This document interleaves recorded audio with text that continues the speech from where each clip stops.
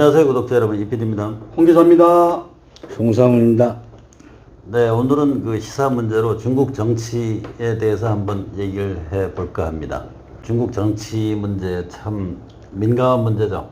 민감하지만 있는 팩트만 우리가 알려드리면 예. 크게 문제는 안 되는 거고요. 그런 걸 그리고, 예. 저희 유튜브에서 참 다루기가 그동안에 좀 정말 조심스러웠는데요. 우리 사실 차이나 올드보이에서 처음 다루는 문제인데 우리는 좋다 나쁘다를 떠나가지고 팩트만 얘기하면 되는 거니까. 그리고 사람 사는 게 전부 다 정치하고 연관이 돼 있잖아요. 그런 면에서 볼 때는 정치를 다루는 것도 뭐 그렇게 그렇죠. 나쁜 것도 아니고, 특히나 올해 10월에는 중국 제24 전국 대표대회가 열리면서 중국의 당정 리더십이 이제 바뀌는 게 되는데, 아마 이게 그 문제가 지금 뭐 중국뿐만이 아니라 전 세계가 지금 주목하고 있죠. 뭐 한국도 주목하고, 미국은 특히나 더 주목하고 있죠. 앞으로 뭐 어떻게 예상되는 게 있습니까? 근데 원래는 이제 보통 이제 이게 매 5년마다 열리는 전당대회거든요. 거기에서 항상 뭐냐면은 차기 정부의 최고 지도자들을 거기서 선출을 하게 돼 있어요. 왜냐하면은 정치국 상무위원 7명을 거기서 선출을 하거든요.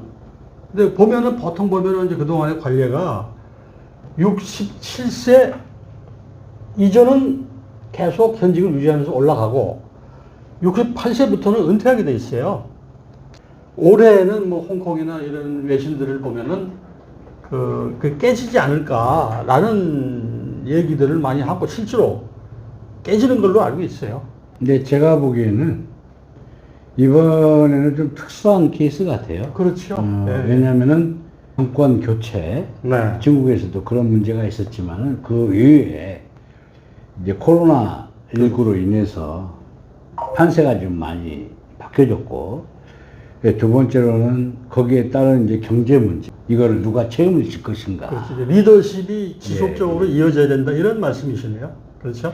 G2인데 과연 이 대목에서 이 중국 지도부가 어떻게 대처를 할까. 이제 리커창 총리가 요새는 좀 발언을 많이 하는 것 같아요. 경제를 내세워서. 그렇죠. 예. 말 한마디 한마디가 세계 경제에 미치는 영향이 크다고 보거든요. 엄청나죠. 예.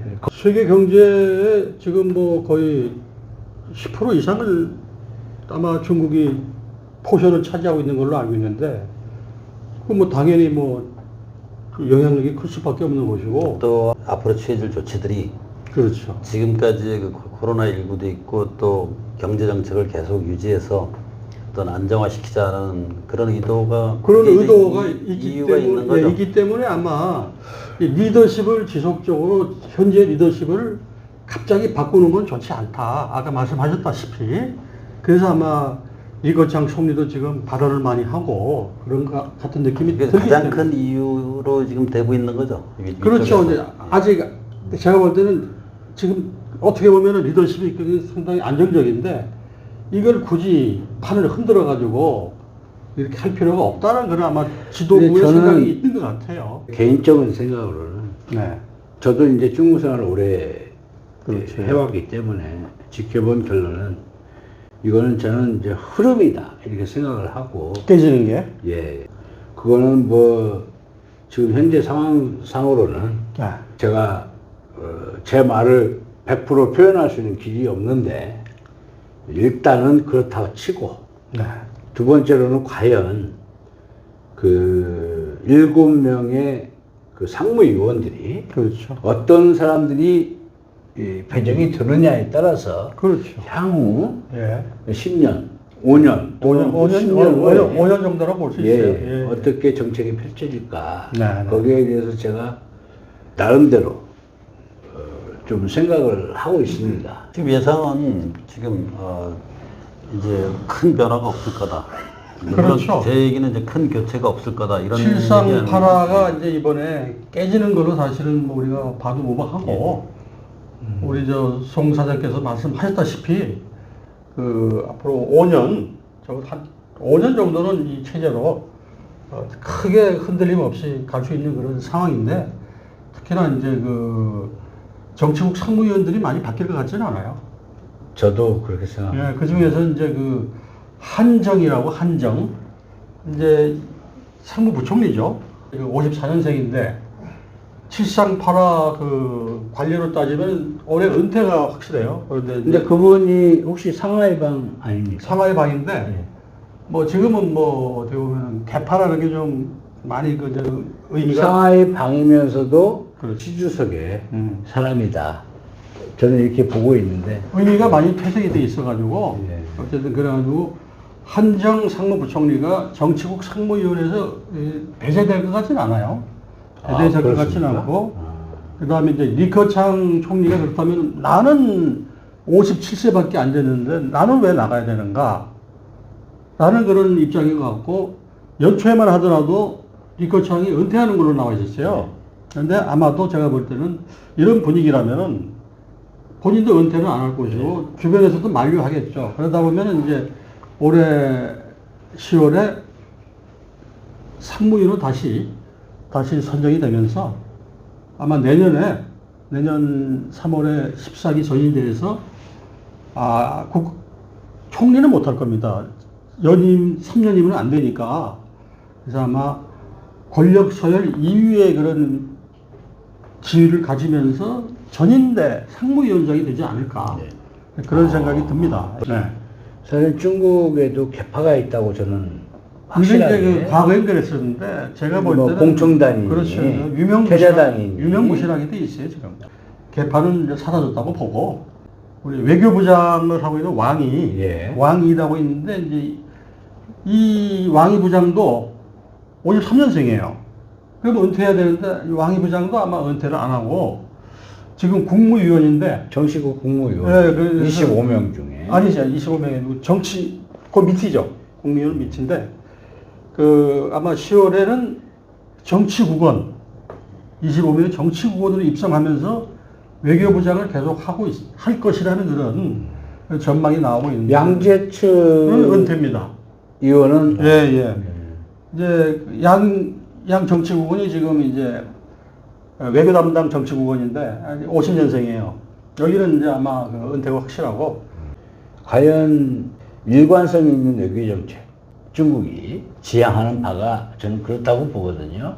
가장 중국에서 중요시하는 외교 라인이 교체가 될까 이런 생각이 듭니다. 외교 라인은 이제 그 양재츠 정치국원이 50년생이니까 뭐 어쩔 수 없이 그 양반은 아웃이 될 것이고 그러다 보니까 현재 그 라인을 유지하기 위해서는 그래서 왕이 부장이 칠상파라 관례에 관계없이 계속 현직을 유지하면서 정치국원으로 양재츠 대신 입성할 가능성이 거의 70, 80% 이상이다. 그럼 양재츠의 역할을 왕이 왕이가 외교부 장관이 대신한다. 한다. 그래서 물론 이제 그 칠상파라 원칙이 100%안 깨지는 건 아니지만은 현재로서는 많이 이제 깨지면서 앞으로는 좀 유명무실하게 된다 이런 생각이 들어요.